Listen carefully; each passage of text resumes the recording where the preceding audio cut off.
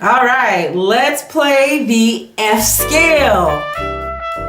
The F scale consists of 8 notes starting on F and ending on F. There is 1 flat, B flat. It is the first stop on the circle of force if you use that. You start on F and travel up to the next F, going up the musical alphabet. So your notes are F, G, A, B flat, C, D, E, and F. Here it is.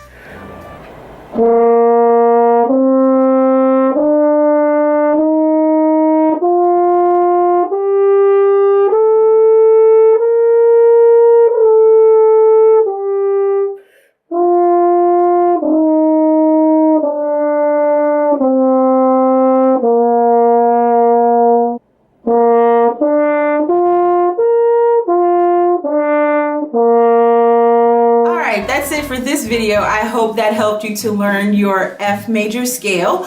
And as always, if you have any questions or comments, leave them down below in the comment box, or you can hit me up on Instagram, Twitter at J2Horn. Now go practice.